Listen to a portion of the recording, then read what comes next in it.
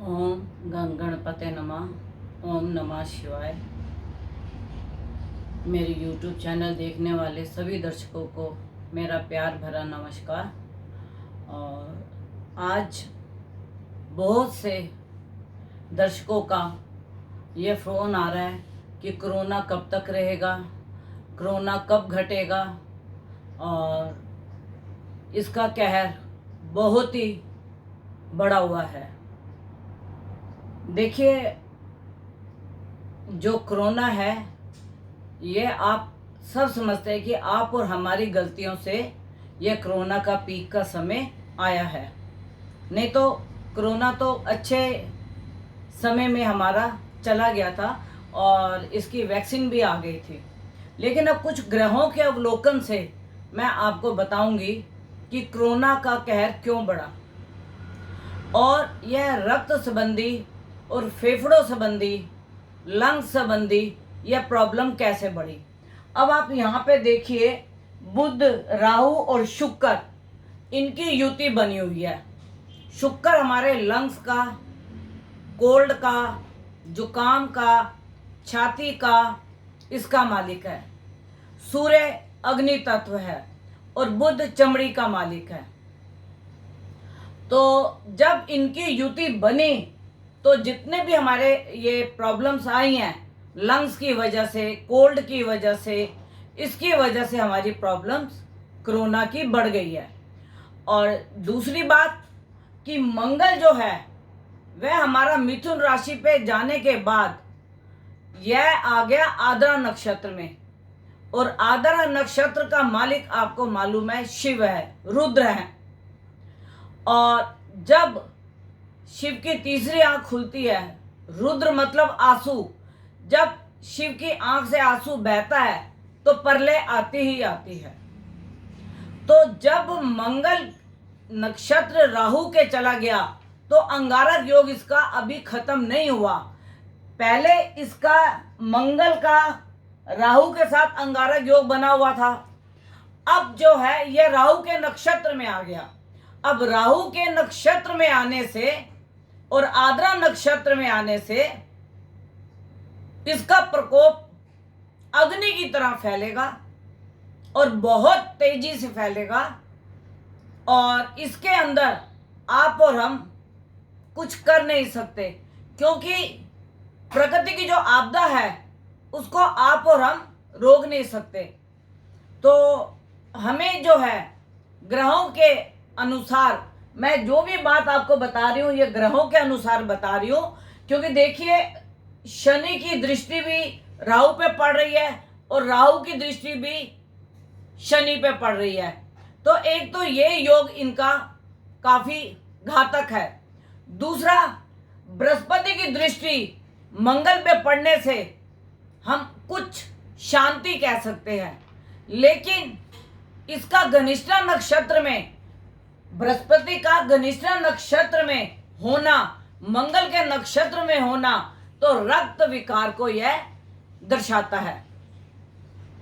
इसके अंदर आप और हम क्या कर सकते हैं, जिसकी कुंडली में ऐसे योग होंगे, रोग के योग होंगे और राहु, मंगल, केतु, बृहस्पति, शनि की आपस में युतियां बनी होंगी या दृष्टि होगी या अष्टमेश होंगे, तो उनको इस चीज का ज्यादा प्रकोप होगा। जैसे तुला राशि के चौथे स्थान में शनि है तो उसको चेस्ट संबंधी, हार्ट संबंधी, लंग संबंधी प्रॉब्लम होने की संभावना अधिक है। लेकिन मेरा आपको इस कुंडली से बताने का यह मतलब है कि आप इस चीज को सोच के चलना, अगर आपकी कुंडली में बृहस्पति का, शनि का, मंगल का, राहु का, केतु का आपस में युति या योग बना हुआ है तो आपको ऐसी प्रॉब्लम आ सकती है। अब मंगल का जो मैंने आपको बताया है कि आद्रा नक्षत्र में आना, राहु के नक्षत्र में आना, और बृहस्पति जब उसके ऊपर दृष्टि मारता है तो उसको चंडाल योग बना देता है। या तो आप लोगों ने बहुत से ज्योतिषों से सुना भी होगा और आप इतना ज्योतिषों का प्रोग्राम देखते हो तो आपको पता ही है कि गुरु का राहु के साथ चंडाल योग होता ही है। तो यह जो गुरु की दृष्टि पड़ रही है राहु के ऊपर, मंगल के आद्रा नक्षत्र के ऊपर जो इसकी दृष्टि पड़ रही है, यह भी योग को बढ़ावा दे रही है, पीक ला रही है। और किसी को इलाज नहीं मिल पा रहा, और अगर इलाज मिल पाता है तो भी उनकी जो लाइफ है वो खतरे में हो जाती है। तो मेरा आप सबसे एक ही अनुरोध है कि आप अपने आचार्य को अपनी कुंडलियां दिखाएं। अगर आपको दशा चल रही है, अंतर चल रहा है, प्रत्यंतर चल रहा है, या गोचर से ऐसे ग्रहों की युति बनी हुई है, तो आपको प्रिकॉशन लेने की ज़रूरत है, डॉक्टर से सलाह लेने की ज़रूरत है, और अपना इलाज कराने की बहुत ही जल्दी आप इसका इलाज शुरू कराएं। क्योंकि आपको यह हल्की हल्की बीमारी शुरू होगी और फिर यह तेजी से एकदम पीक पकड़ लेगी। दूसरी बात, अभी 23 तारीख को शनि वक्री हो जाएगा, और गुरु जो है 22 मई को साताभिषा नक्षत्र में आ जाएगा। साताभिषा नक्षत्र भी राहु का होता है। तो अब आप ये देखिए कि जब गुरु का भी राहु के नक्षत्र में आना और मंगल का भी राहु के नक्षत्र में होना, तो यह बीमारी को बढ़ाने वाला ही योग दिखता है। अब आप इसमें थोड़ा सा मैं आपको इसका ये बताऊंगी कि अगर किसी के ऐसी युतियां हैं, ऐसे ग्रह हैं, अगर मान लो किसी का राहु की युति बनी हुई है, तो वो राहु का दान करे, राहु के मंत्रों का जाप करे, जिससे कि उसकी जो प्रॉब्लम है कम हो जाए और उसको इलाज जल्दी से जल्दी मिलने की सुविधा प्राप्त हो, उसको अच्छे से अच्छा डॉक्टर मिल जाए। दूसरी बात, भौमवती अमावस्या, यह 11 मई को है भौमवती अमावस्या। अब आप देखिए, भौमवती जो अमावस्या है, मंगल की अमावस्या, तो आप इसका भी अंदाजा लगा सकते हैं कि भौमवती अमावस्या जो है राहु के नक्षत्र में आ रही है, और इसका अमावस्या के दिन लोगों का रोगों से लड़ना, डॉक्टरों से उठापटक होनी, कुछ ऐसी संभावनाएं लगती हैं। और मंगल फिर आ जाएगा पुनर्वसु नक्षत्र में। मंगल जब पुनर्वसु नक्षत्र में 16 मई को आ जाएगा, तो उस वक्त में मुझे भूकंप की संभावनाएं अधिक लगती हैं, भूकंप की, अगजनी की। और मैंने अपनी पिछली वीडियो में भी यह बात बोली थी कि 16 मई से 27 जून तक काफी दुर्घटनाएं होंगी। लड़ाई झगड़े, पुलिस बल का उपयोग, सरकारी कर्मचारियों से झगड़ा, पब्लिक और सरकार का आपस में झगड़ा, यह ऐसी संभावनाएं 16 मई से 27 जून तक मैं आपको अपनी पिछली वीडियो में बोल चुकी हूं कि ऐसी भी स्थिति बन सकती है। और आद्रा नक्षत्र का मैं आपको बार बार कह रही हूं कि यह हमारे शिव के अक्ष, जिसे आंसू कहते हैं, मुक्तिदाता के, आद्रा का मतलब राहु का, शिव जी का प्रकोप में आना, यह इस प्रकार का योग है। और पुनर्वसु में आना, बृहस्पति के नक्षत्र में आना, मतलब पुनः से थोड़ी राहत मिलेगी। लेकिन जब मंगल पुनर्वसु नक्षत्र में आएगा तो आपको ये थोड़ी सी राहत मिलेगी। लेकिन बृहस्पति का और राहु का और मंगल का और शनि का आपस में ये युति जब तक बनी रहेगी, तब तक आप ये सोचिए कि हमारे देश में कोरोना की लहर यह बढ़ती रहेगी। और इसके अंदर मैं आपको ये नहीं कह सकती कि लॉकडाउन नहीं लग सकता, लॉकडाउन भी लग सकता है। और बहुत से लोगों के जैसे कार्य जाने की, नौकरी जाने की, ऐसी भी बहुत सी संभावनाएं हैं। बृहस्पति का साताभिषा नक्षत्र में आना, राहु के नक्षत्र में आना, यह भी बहुत प्रकार की प्रॉब्लम दिखाई देती है, क्योंकि बृहस्पति का सीधा कनेक्शन, जो बृहस्पति का सीधा कनेक्शन मंगल के साथ 5वीं दृष्टि, राहु की 9वीं दृष्टि शनि के ऊपर, और उधर शनि का वक्री हो जाना। तो ये तो आप सबको मालूम है कि अगर सौम्य ग्रह वक्री होता है तो वह अपनी सौम्यता को खो देता है, और जब क्रूर ग्रह वक्री होता है तो उसकी क्रूरता बढ़ जाती है। तो शनि का यहाँ वक्री होना कर्म स्थान पे, यह भी बहुत अच्छा फल नहीं देगा। यह मतलब लड़ाई झगड़े, और जिनके पास आर्म्स होंगी जैसे पिस्तल और बंदूक, बम, तलवार, ये ऐसे भी घातक हमले कर सकता है। शनि के वक्री होने से, बृहस्पति के साताभिषा नक्षत्र में जाने से, यह ऐसी घटनाओं का अवलोकन दिखाता है। और इसके बाद 15 तारीख को सूर्य जो है राहु के साथ ग्रहण की स्थिति बन रही है। सूर्य, राहु, शुक्र, बुध, इसकी भी स्थिति अच्छी नहीं है। यह भी हमारे को कोरोना की तरफ, क्योंकि जो शुक्र है वह कोरोना की तरफ इफेक्ट दिखाता है हमारे को। और कोरोना, आप बार बार ये सोच के चलिए, मेरी पिछली वीडियो में भी आपने देखा था, और अब भी, जब तक गुरु कुंभ राशि में अपनी स्थिरता के साथ नहीं आता नवंबर तक, तब तक यह कोरोना का जो कहर है, मैं ये नहीं कहूंगी कि आपको बहुत बढ़ जाएगा, लेकिन इसमें थोड़ी आपको राहत मिलेगी, लेकिन उतनी राहत नहीं मिलेगी जो आप लोग सोचते हो। और इसके अंदर मैं सभी दर्शकों से एक बात कहना चाहती हूं, यह कोरोना जिसके घर में आया है ना, वह उनको सारी जिंदगी का निशानी देके जा रहा है कि कोरोना आया था और हमारे घर में यह घटना हुई थी। और जो इस वक्त यह साल जो है हमारा राक्षस संवत का, और मंगल राजा और मंत्री राजा, यह युवाओं के लिए बहुत ही नुकसानदायक है।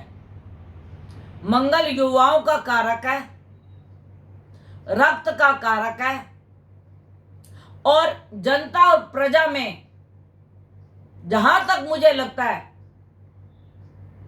काफी उठापटक होगी जनता के अंदर, और सरकार के अंदर काफी उठापटक की मुझे संभावनाएं लग रही हैं। और दूसरी बात, केतु का अष्टम में होना, पेट की बीमारियां, मुंह से रिलेटेड बीमारियां, यह आपको काफी सुनने को मिलेंगी। मैं इतना तो नहीं कहती कि भाई यह सारी प्रेडिक्शन बिल्कुल सही हो, और प्रभु करे सही ना हो, लेकिन प्रेडिक्शन ग्रहों के अनुसार होती है। और ग्रहों का जो खेल है इस साल का 2021 का, मैं आपको जब संवत बदली हुआ था और 2078 संवत आया था, तो मैं आपको इसके बारे में अवलोकन करा चुकी थी कि यह साल हमारे लिए कष्टकारक है। और आज से 1 साल पहले मेरी पिछली वीडियो में आप देखिए, 25-26 दिसंबर 2019, जिसके अंदर कहा था कि 5 तरह की महामारियां आएंगी, और यह 5 तरह की महामारियां जो हमारे इसमें आ रही हैं, यह कोरोना को बदल बदल कर ही हमारे बीच में आ रही हैं। पहले कोरोना हमारे घर में एक व्यक्ति को होता था तो आदमी उसको संभाल लेता था। अब कोरोना की यह स्थिति आ गई है कि अगर आपके घर में एक व्यक्ति को कोरोना हुआ तो आपका पूरा घर इससे इफेक्टेड होता है। माता पिता, भाई बहन, बच्चे, यहां तक कि 5 साल के बच्चे, 3 साल के बच्चे भी कोरोना से इफेक्टेड है। क्योंकि वायु के अंदर जो इसका प्रकोप है, जैसे हम बोलते हैं तो हमारे एयर बल्ब्स गिरते हैं, छींक आती है तो हमारे एयर बल्ब्स बाहर गिरते हैं और हवा में रहते हैं। तो उस दौरान में जो व्यक्ति वहां से पास करेगा वो उसकी चपेट में आ जाएगा, चाहे वो बस में हो, स्कूटर में हो, मेट्रो में हो। यह ऐसी स्थिति बताती है। तो मैं आप सब लोगों को एक ही बात बोलूंगी कि देखिए, ये समय जो है हमारी प्रकृति आपदा का है और धर्म स्थान में भी इसका प्रकोप बहुत बढ़ रहा है।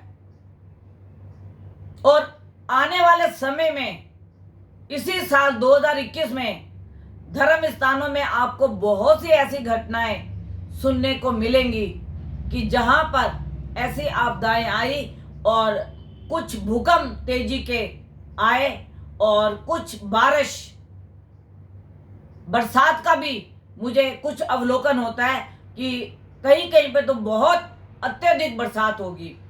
और कुछ मुझे ऐसा भी महसूस होता है, ये ग्रहों के अवलोकन से, मतलब जो कुछ भी है ये ग्रह ही काम कर रहे हैं। क्योंकि अगर मैं कुंडली, ये काल पुरुष की कुंडली है, अगर आप अपनी कुंडली में जाके देखेंगे, किसी का मकर लगन होगा, किसी का मिथुन लगन होगा, किसी का वृष लगन होगा, किसी का तुला लगन होगा।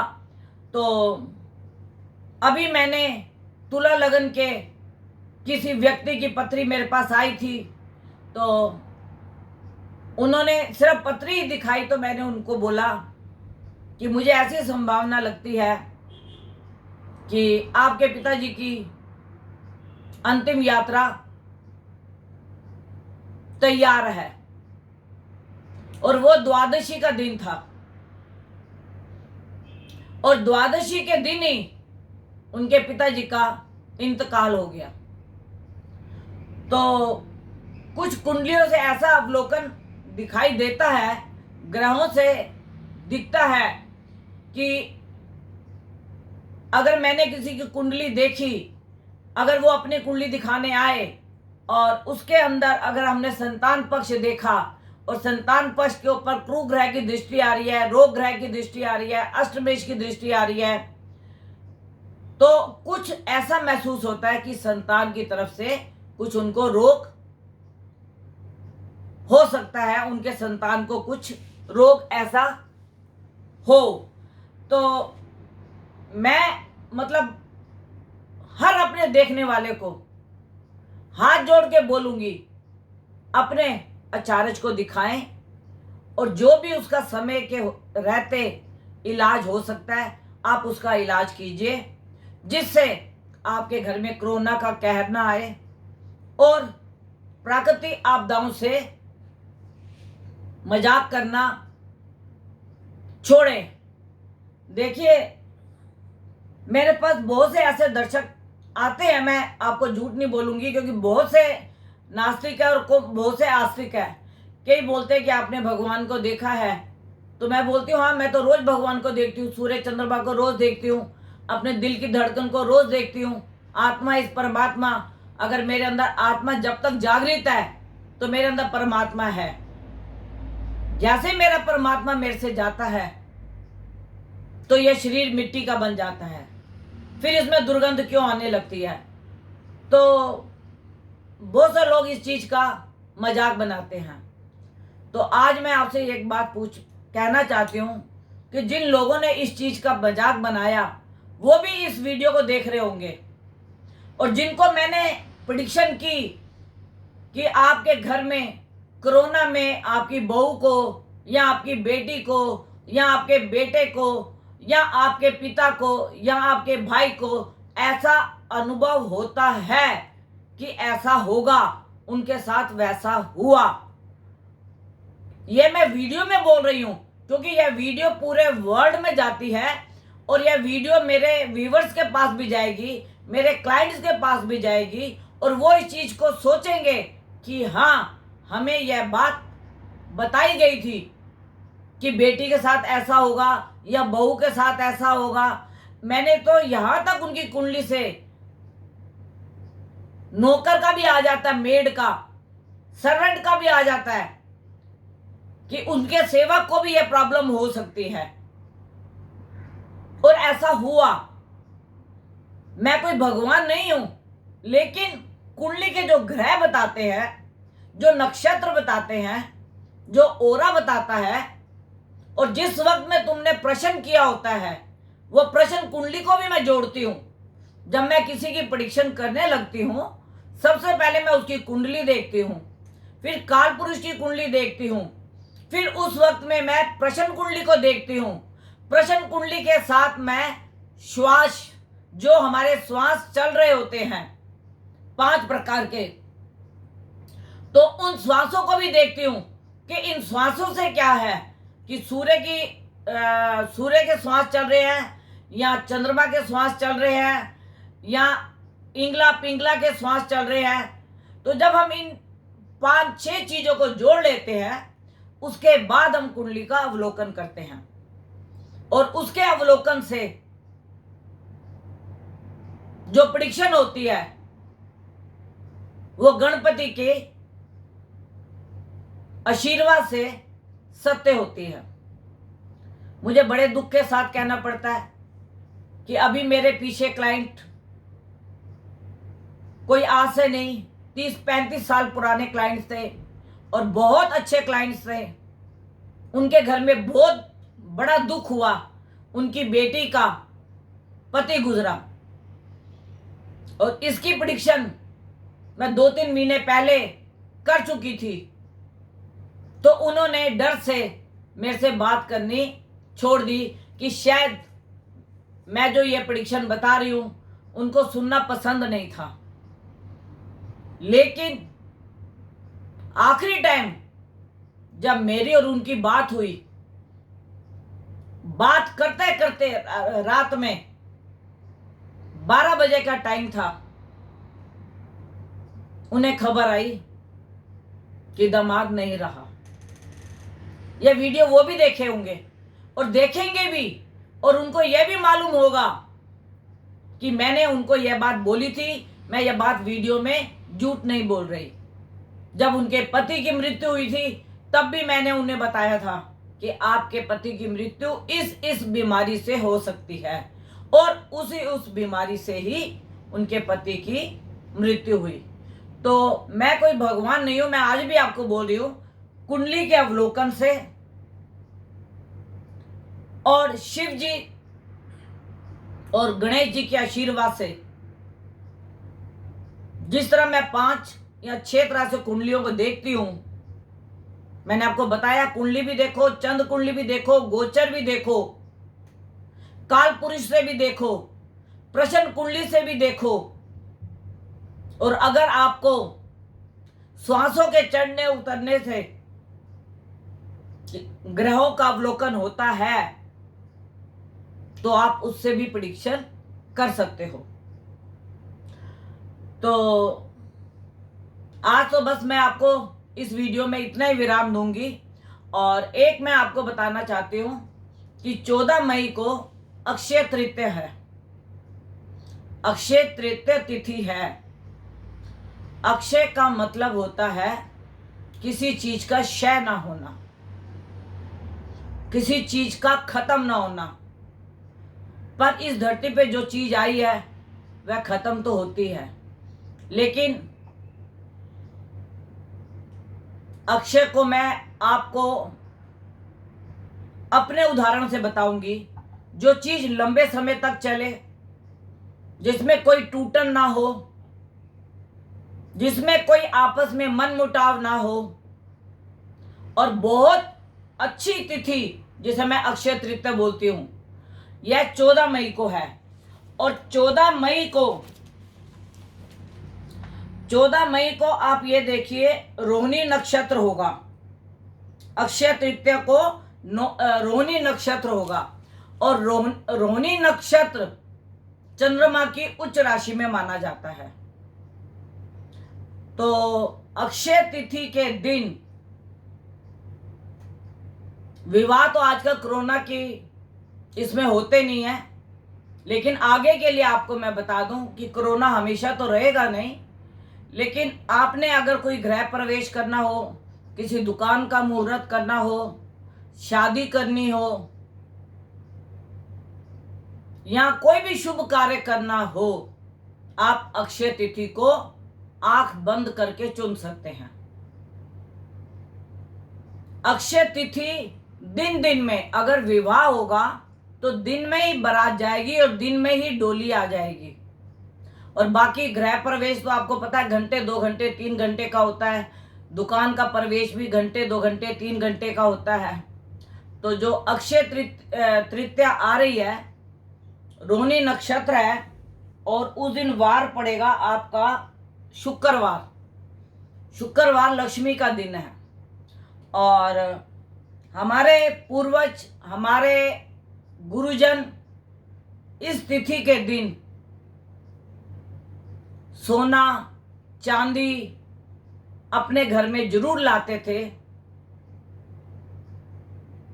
शुभ मानकर लक्ष्मी के सिक्के, सोने के या चांदी के या कोई गहना।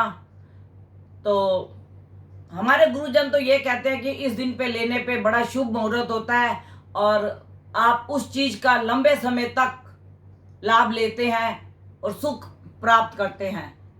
तो मैं आप सबको अक्षय तृतीया की 14 मई की मुबारकबाद भी दूंगी, और जो इस वक्त में कोई भी द्रव्य लेना चाहे, चाहे मैं कहती हूँ नाक की लौंग ले लो, या चांदी की गोली ले लो, या छोटा सा आप पिन पॉइंट गोल्ड ले लो, जो भी आप अपने घर में द्रव्य लाएं अवश्य लाएं, वह आपके लिए लाभकारक होगा। और उसको ला के आप गणपति जी के आगे रखिए, पूजा अर्चना कीजिए, और फिर देखिए कि आपके घर में हर चीज अक्षय ही, जिस प्रकार हम पूजा में चावल लेते हैं तो कोई खंडित चावल नहीं लेते, उसी प्रकार जो अक्षय तृतीया है यह किसी भी कार्य को खंडित नहीं करती, और आपको हर तरह का लाभ मिलेगा।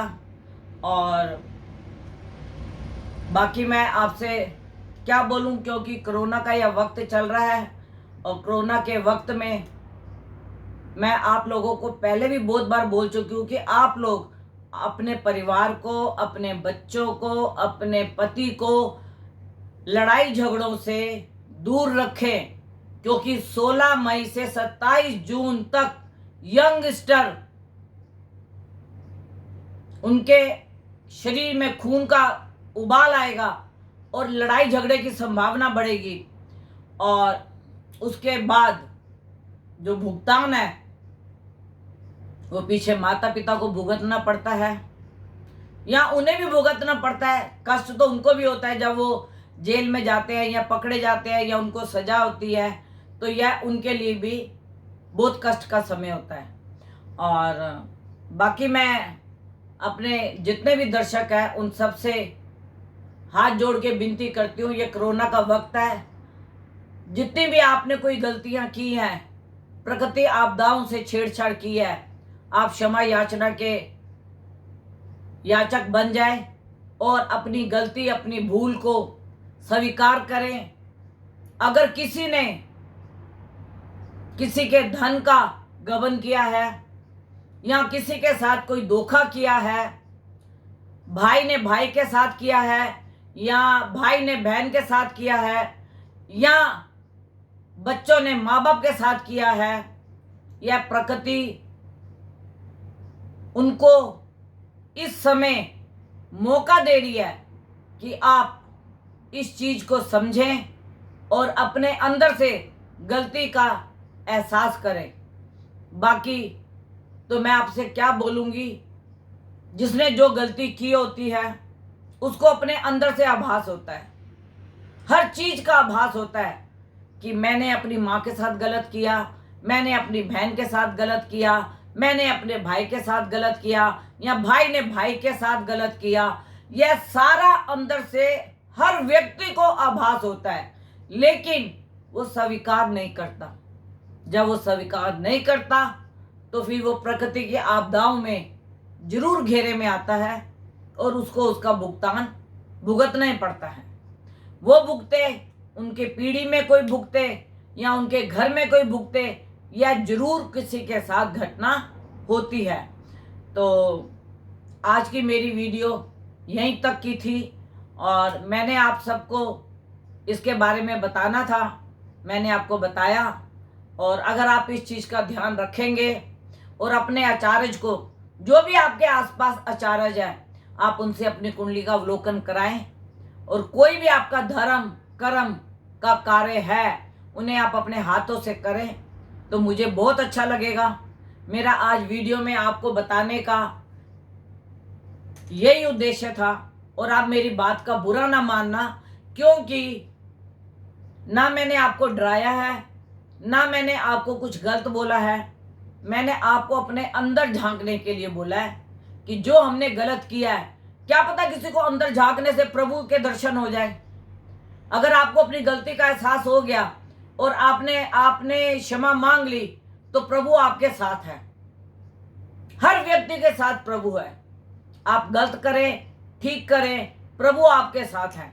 लेकिन उसका भुगतान तो देखो कोई भी व्यक्ति है उसको करना पड़ेगा, अवश्य करना पड़ेगा, चाहे मैं भी क्यों ना हूं। अगर मैंने भी धर्म के नाते, धर्म के कार्य में आपके साथ, किसी के साथ कोई धोखाधड़ी, कोई मैंने गलत बोला हो, या आपको मैंने कुछ डराया हो, या आपने अगर मेरे से कुछ पूछा हो तो मैंने आपको गलत बताया हो, तो उसके लिए भी मैं क्षमा आपसे भी मांगती हूँ और अपने इष्ट से भी मांगती हूँ और अपने भोले से, अपने गणपति से मैं बहुत बहुत माफ़ी मांगती हूँ। अव्वल तो मैंने कुछ ऐसा किया नहीं, मैंने कुछ ऐसा किसी के बारे में सोचा नहीं, फिर भी मेरी वाणी से कुछ ऐसा निकला हो तो उसके लिए मैं आपसे क्षमा की माफ़ी मांगती हूँ। और आप लोग मेरी इस वीडियो को जितना देखेंगे, एक बार नहीं, 2 बार नहीं, 3 बार नहीं, 4 बार नहीं, 5 बार, 10 बार आप देखिए और मनन करो अपने मन के अंदर, और मनन करके यह सोचो कि आपने कहाँ तक ठीक किया और कहाँ तक गलत किया। बस यही मेरी आपसे विनती है। और अगर आपको मेरी वीडियो अच्छी लगे तो इसे सब्सक्राइब कीजिए, लाइक कीजिए, नोटिफिकेशन का बटन दबाइए, और मेरी जो भी वीडियो है आपके पास समय से पहले आपको मिलेगी। और अक्षय तृतीया की मैं आपको बार बार मुबारकबाद दे रही हूँ और आपको बोल रही हूँ कि आप अक्षय तृतीया को कुछ भी अपने घर में लाएं, आपके लिए बहुत शुभदायक होगा, बहुत लाभदायक होगा। हो सकता है आपके सारे कष्टों का निवारण ही हो जाए। और कोई अगर मेरे से कांटेक्ट करना चाहता है तो 981093030691 और एक है 9999338366। मैं आप सबसे विनती करती हूँ, मेरे को रात को 12 बजे, 11 बजे फ़ोन आते हैं और मैं उनके नंबर ब्लॉक कर देती हूँ। आगे भी किसी का मुझे अगर 4 या 5 बजे के बाद फ़ोन आएगा तो आप ये सोच लीजिए उसका नंबर ब्लॉक हो जाएगा। 11 बजे से लेके 4, साढ़े 4 बजे तक आप मेरे को फ़ोन कर सकते हो। इसके बाद अगर किसी ने भी मुझे फ़ोन किया, मैं यूट्यूब के चैनल के द्वारा कह रही हूँ आपको, मैं उसका नंबर ब्लॉक कर दूंगी हमेशा के लिए। तो इसके लिए मुझे माफ़ करना। 11 बजे से 4 बजे के बीच में आप मेरे से कांटेक्ट कर सकते हो और जो भी आपकी प्रॉब्लम हो आप मेरे से पूछ सकते हो। अगर आपने मेरे से अपॉइंटमेंट लेनी हो तो आप मेरे से अपॉइंटमेंट लीजिए। और बस मैं यहीं पे अपनी वाणी को विराम देती हूँ और नमस्कार। आप और आपका परिवार सुखी रहे और इस कोरोना की बीमारी से दूर रहे।